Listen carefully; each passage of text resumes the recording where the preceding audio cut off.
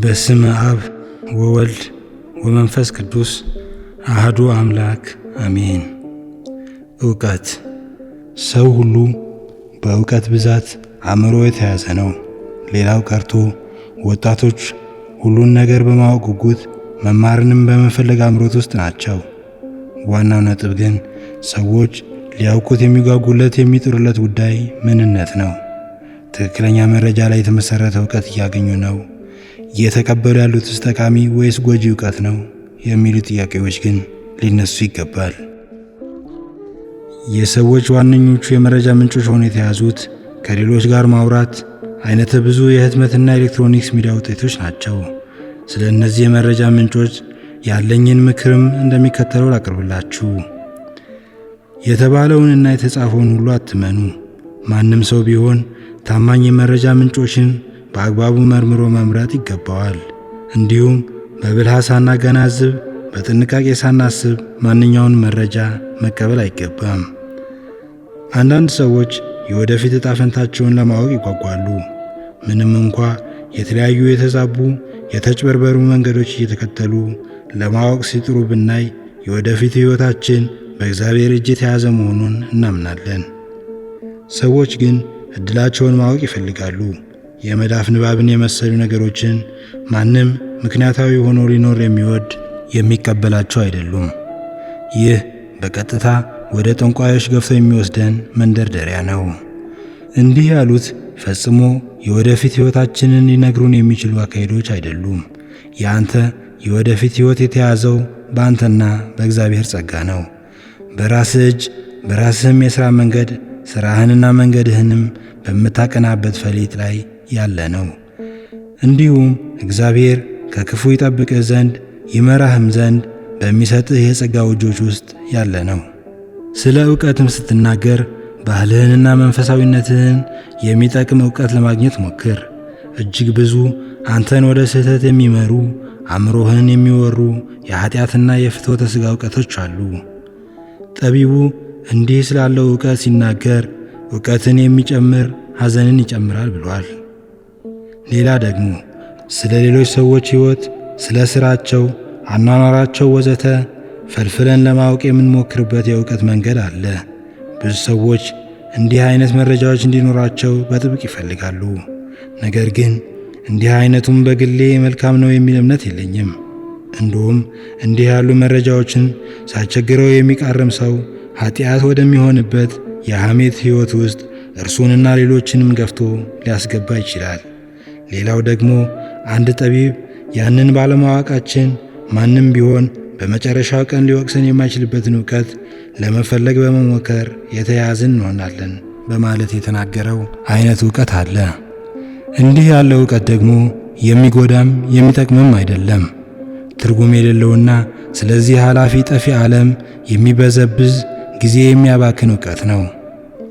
ሌላው ደግሞ ከእኛ የማወቅ አቅም በላይ የሆኑና ምናልባትም እነሱን በመፈለግ ውስጥ ራሳችንን ለማጣት የምንገደድባቸው ዕውቀቶች አሉ። ለዚህ ምሳሌ የሚሆነን አርጌንስ ነው። በጊዜው እጅግ ታላቅ የሥነ መለኮት ሊቅ ነበር። ነገር ግን ከልክ ማለፉ በኑፋቄ እንዲወድቅ አድርጎታል። በጊዜው ስለ ራሱም ታላቅ አምድ ሆይ እንዴት ወደቅ ብሏል።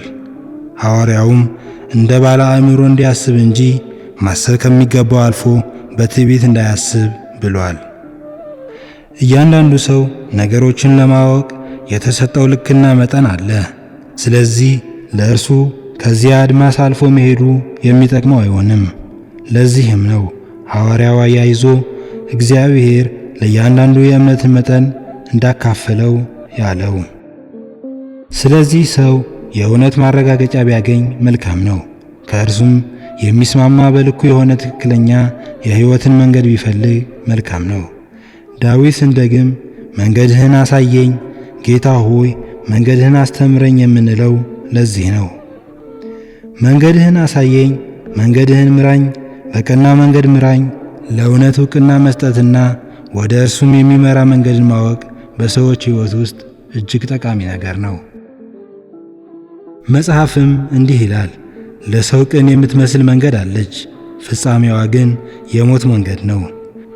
ምክንያቱም እጅግ ብዙ ወደ ስህተት የሚመሩ የፍልስፍና ሐሳቦች አሉ፣ የዲያብሎስም የስህተት መንገዶች። ስለዚህ እግዚአብሔር መንገዱን ያሳውቀን ዘንድ ከራሳችንም የስህተት መንገድ ያድነን ዘንድ ከዲያብሎስም ጾር ይጠብቀን ዘንድ እንለምነዋለን። እግዚአብሔር እንዳለ ማመንም የእውቀት አይነት ነው፣ የመጀመሪያም ጥበብና እውቀት። በእርግጥ ስለ እግዚአብሔር የምናውቀው እጅግ ጥቂት ነው። የእግዚአብሔር የሆነ እውቀት ሊሰፈር ሊለካ የማይችል ነው። የእኛ አእምሮ ግን የማወቅ ኃይሉ ልክና መጠን አለው፣ የማገናዘብ አቅማችንም ውስን ነው። ስለዚህ ሊወሰን የማይችለውን ነገር ለማወቅ ገደብ ያለበት አቅም እንደምን ይቻለዋል? ለዚህም ነው ጌታችን ለአብ ሲናገር አባት ሆይ ዓለም አላወቀህም፣ እኔ ግን አወቅሁ፣ እነዚህም አንተ እንዳላከኝ አወቁ። እኔንም የወደድክባት ፍቅር በእነርሱ እንድትሆን እኔም በእነርሱ ስምን አስታወቅኳቸው አስታውቃቸውም አለው ያለው። እውነት ለመናገር ዓለም ጌታን አያውቀውም ነበር፣ አሕዛብ አያውቁትም ነበርና ጣዖትን መናፍስትን ያመልኩ ነበር። አይሁድም የሚቃጠል መሥዋዕትና መባ ያቅርቡ እንጂ አያውቁትም ነበር። ይጾሙ ይጸልዩ፣ በዓላትንም ያከብሩ ነበር፣ ነገር ግን አያውቁትም ነበር። በመጨረሻም እግዚአብሔር ስለ እነርሱ ልጆችን ወለድኩ አሳደግኩም፣ እነርሱም አመጹብኝ። በሬ የገዢውን አህያም የጌታውን ጋጣ አወቀ፣ እስራኤል ግን አላወቀም፣ ሕዝቤም አላስተዋለም። መጽሐፍ ቅዱስም ዓለም ስለነበረበት የእውቀት ደረጃ ሲገልጽ በዓለም ነበረ፣ ዓለሙም በእርሱ ሆነ፣ ዓለሙም አላወቀውም ብሏል።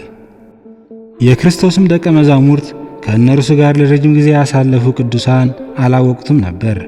ጌታም ለደቀ መዝሙሩ ፊልጶስ እንዲህ አለው፣ ይህን ያህል ዘመን ከእናንተ ጋር ስኖር አታውቀኝምን? አለው። ለደቀ መዛሙርቱም እኔንስ ብታውቁኝ አባቴን ደግሞ ባወቃችሁ ነበር አላቸው። ዮሐንስ 14:7። ስለዚህ ጌታችንም ለአባቱ ስለ እነርሱ እንዲህ አለ፣ እኔም በእነርሱ ስምን አስታወቅኳቸው አስታውቃቸውም አለው። ዮሐንስ 17:26። ከሐዋርያት ሁሉ በላቀ ያገለገለው ቅዱስ ጳውሎስ ስለ ታላላቅ ሰማያዊ ምስጢራት ምስክርነት ያለው እርሱ ወደ ገነትም ተነጥቆ የሰማያውያንን በሰው ሊነገር የማይችል ቋንቋ የሰማ እርሱ ስለ እግዚአብሔርና የእግዚአብሔር የሆነውን ስለ ማወቅ ነገር ሲገልጽ ዛሬስ ከእውቀት ከፍዬ አውቃለሁ። ዛሬስ በመስታወት በድንግዝግዝ እንደምናይ ነን። እርሱ እውቀቱ በዚህ ከተገደበ የእኛን የእውቀት ደረጃ በምን ልክ እንሰፍረዋለን? እግዚአብሔርን ፍጹም ማወቅ ሌላው ቀርቶ ለማወቅም የሚኖር ፍጹም ፍላጎት በዘላለማዊ ሕይወት ውስጥ ብቻ እውን የሚሆን ነው። ጌታችንም እውነተኛ አምላክ ብቻ የሆንክ አንተን የላከውንም ኢየሱስ ክርስቶስን ያውቁ ዘንድ ይቺ የዘላለም ሕይወት ናት። በዘላለማዊ ሕይወት ውስጥ ይህን ደካማ አካል ስናድስ፣ ሰማያዊውን አካል ስንለብስ እግዚአብሔርን በእውነት ማወቅ እንጀምራለን። እግዚአብሔር ልባችንን ያሰፋል፣ ሐሳባችን ያልቃል። ስለዚህ በተሻለ ልናውቀው ይቻለናል። በዚያን ጊዜ በመገረም ዝም እስክንል ከዚያ በኋላ ሊገለጥልን የማይችል እስኪመስለን ይበራልናል። የበለጠም ለማወቅ እንጓጓለን። ይህን ክብርና ውበት የማወቅ በዚያም የሚደነቅ ሥራውን ሁሉ ግሩም ነው በማለት በመመሰጥ ወደዚያ ድንቅ ዕውቀት እንሄዳለን። ግን እስከ መቼ? ጌታችን ግን አሁንም ይላል፣ እውነተኛ አምላክ ብቻ የሆንክ አንተን የላከውንም ኢየሱስ ክርስቶስን ፍጹም ያውቁ ዘንድ የዘላለም ሕይወት ናት። በዚህ ምድርስ እግዚአብሔርን የማወቃችን ነገር እንዴት ነው? እንደ ማንኛውም የዓለም ሊቃውንት በማጥናት ነው? የሥነ መለኮት ጉዳይ መጻሕፍት በማንበብ ነው? ስብከት በመስማት ነው? ጸሎተ ሃይማኖትን በመድገም ነው? ይህ ሁሉ በቂ አይደለም። እግዚአብሔርን በትክክል የምናውቅበት መንገድ ተግባራዊ ቀረቤታና እውቀት ነው። ይህም በዳዊት መዝሙር እግዚአብሔር ቸር እንደሆነ ቅመሱ እዩም እንደተባለው ከእርሱ ጋር በክርስቲያናዊ ምግባር በመመላለስ ውስጥ ሳለን በሚደርሰን የረድኤቱ ስሜት ነው። ይህ እንዴት ይሆናል? እግዚአብሔርን ከእኛ ጋር በሚሠራው ሁሉ በየግላችን በጋራም እንደ አንድ መንጋ በሥራው እናውቀዋለን። በፈተናና በመከራ ውስጥ እግዚአብሔርን በረድኤቱ ከእኛም ጋር ባለው ኅብረት እናውቀዋለን። ሁሉም በሮች ሊዘጉ ይችላሉ፣ የእግዚአብሔር የሆነው አንድ በር ግን አይዘጋብንም። ቅዱስ ዮሐንስ በራእዩ ከዚያ በኋላ አየው፣ እነሆም በሰማይ የተከፈተ ደጅ ይላል። ጌታም የተዘጋውን ከፍታለሁ ሲል፣ ከዚያም ከመዝሙረኛ ጋር አብረን ነፍሳችን እንደ ወፍ ከአዳኞች ወጥመድ አመለጠች። ወጥመድ ተሰበረ፣ እኛም አመለጥን። ረድኤታችን ሰማይና ምድርን በሠራ በእግዚአብሔር ስም ነው እያልን እንዘምራለን።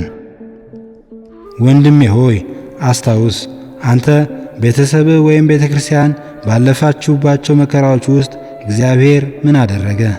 በዚያን ጊዜ እግዚአብሔር ሩኅሩህ ልቡን የርኅራኄ እጆቹን ታውቅ ዘንድ እንዴት ጣልቃ ገባ? ስለዚህ ለአንተ ባደረገው ሁሉ የበለጠ ታውቀዋለህ። እርሱን ታውቅ ዘንድ እግዚአብሔር የሚያደርገውን ላንተ ያለውን ለሌሎችም የሚሰጠውን የፍቅሩን ርኅራኄ አስታውስ። ነቢዩ ዳዊት የእርሱን የእግዚአብሔር ፍቅርና ርኅራኄ አስታውሶ እንዲህ ሲል ዘምሯል። ነፍሴ ሆይ እግዚአብሔርን ባርኪ፣ አጥንቶቼም ሁሉ የተቀደሰ ስሙን። ነፍሴ ሆይ እግዚአብሔርን ባርኪ፣ ምስጋናውን ሁሉ አትርሺ።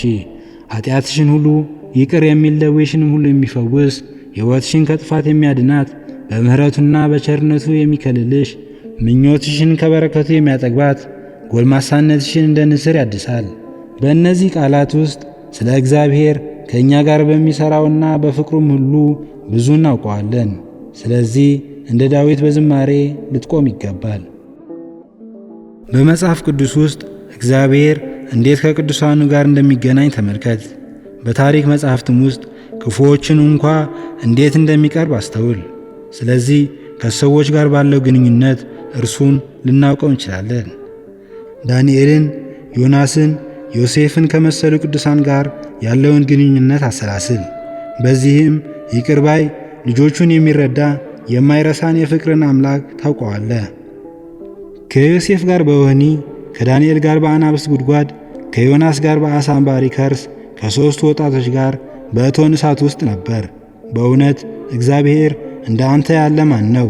አንተን የሚመስል ማንም የለም። ወንድሜ ሆይ የጽድቅን ሕይወት የምትኖር ከሆነ እግዚአብሔር ራሱን ለአንተ ይገልጻል፣ የበለጠም ታውቀዋለህ። ከእርሱ ከተለየ ግን እንዴት ልታውቀው ትችላለህ? ሐዋርያው ዮሐንስ አውቄዋለሁ የሚል ትእዛዛቱን የማይጠብቅ ውሸተኛ ነው፣ እውነትም በእርሱ ውስጥ የለም። ቃሉን ግን የሚጠብቅ ሁሉ በእርሱ የእግዚአብሔር ፍቅር በእውነት ተፈጽሟል። እዚህ ላይ ለመንፈሳዊ ሕይወት የሚጠቅም አንድ ቃል እንገርህ።